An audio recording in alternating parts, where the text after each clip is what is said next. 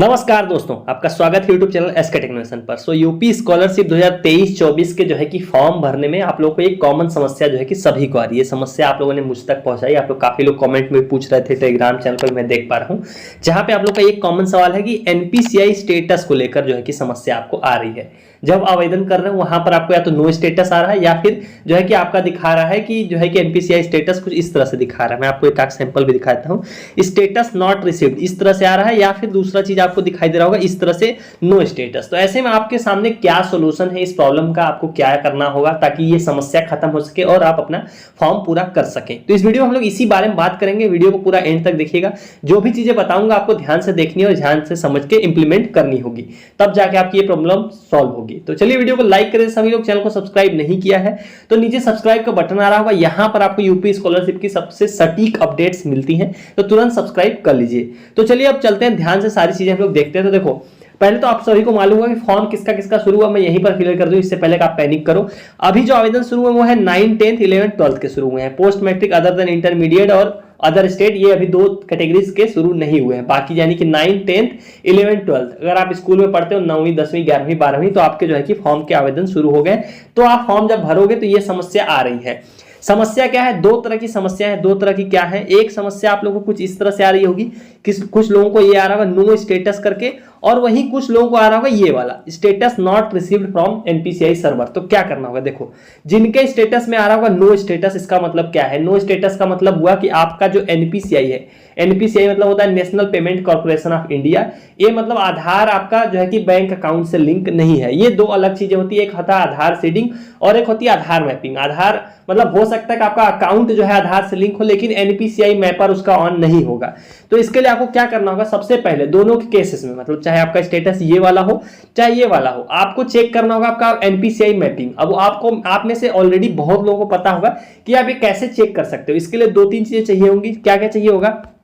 पहला, आपको अपना आधार नंबर चाहिए होगा, आपको आधार नंबर लगेगा। दूसरा, इस आधार नंबर से जो भी रजिस्टर्ड मोबाइल नंबर होगा वो आपको चाहिए होगा, क्योंकि उसी पे ओटीपी आएगा, तभी आप लॉगिन करके एनपीसीआई स्टेटस देख सकते हो। अब आपको ये करना कैसे, पहले ये मैं बता देता हूं। उसके बाद जब वो स्टेटस को देख के मैं आपको चीजें वहां पर क्लियर करूंगा कि आखिर में क्या स्टेटस होगा, तो आपको क्या करना होगा। तो उसी स्टेटस से आपकी आधी से ज्यादा प्रॉब्लम सॉल्व हो जाएगी। स्टेटस कैसे देखना है ये आपको वो दिखाता हूं, उसके बाद इस पर विस्तार में बात करेंगे कि किसमें आपको क्या करना होगा।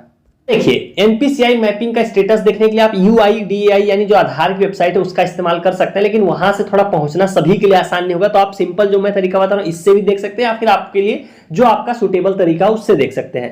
वेबसाइट है सरकारी अपडेट, जो ये वेबसाइट है जो मैं हमेशा आपको दिखाता हूं फॉर्म भरने के लिए। आपको इसी वेबसाइट को ओपन कर लेना। यहां पर देखो यूपी स्कॉलरशिप ऑनलाइन फॉर्म 2023-24 दिखेगा, इसी वाली लिंक ओपन कर लेना। यहां पर देखो आपको नीचे स्लाइड डाउन करोगे, डायरेक्ट आपको लिंक मिलेगी। ये वाली लिंक आप देख रहे हो, एनपीसीआई मैपिंग यानी आधार सीडिंग, ये जो क्लिक हियर करके दिखा हुआ है इसको आपको ओपन कर लेना। ये वाली वेबसाइट हो जाएगी ओपन। अब आपको क्या करना होगा? लॉगिन पे क्लिक करना होगा।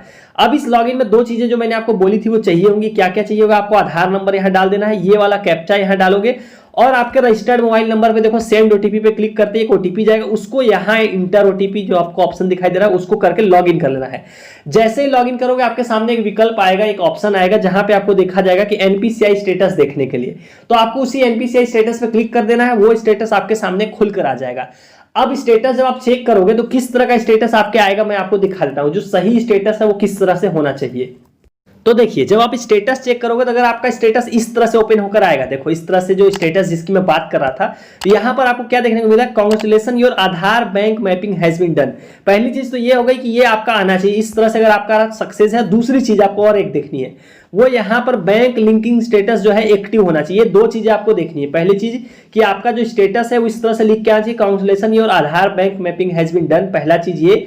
और दूसरी चीज यहां पर जो स्टेटस है वो होना चाहिए एक्टिव। अगर तो आपका ये दोनों चीजें सही है, ये दोनों चीजें सही हैं, तो जो आपका ये वाला स्टेटस आपको जो दिखाई दे रहा है status not received from NPCI server, ये वेबसाइट की समस्या है, तो आपको कुछ भी नहीं करना। अगर जो स्टेटस ये दोनों जो आपने अभी देखा, मैंने दिखाया आपको, अगर इस तरह से आपका आधार बैंक मैपिंग जो स्टेटस एनपीसीआई स्टेटस दिख रहा है, ये दोनों जो आपको मैंने दिखाया ये और ये चीज, तो आपको इसमें परेशान होने की जरूरत नहीं है, वेबसाइट की समस्या है, आप दोबारा ट्राई करना, ये हो जाएगा सही, इसमें आपका जो है कोई रोल नहीं है, आपका बिल्कुल परफेक्टली ओके है।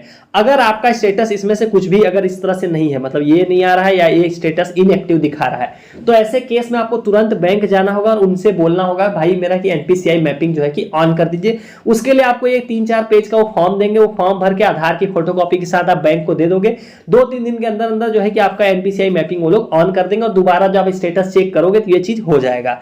तो ये वाला स्टेटस जो है कि प्रॉब्लम सॉल्व हो जाएगी। जनरली यहाँ पर 2 चीजें और हैं कि ये वाला जो आप स्टेटस देख रहे हो, ये वाला चीज जो ये वाला नो स्टेटस, ये नो स्टेटस सिर्फ उन्हीं छात्रों को आ रहा होगा फॉर्म भरने में जिनका एनपीसीआई मैपिंग नहीं हो रखा होगा।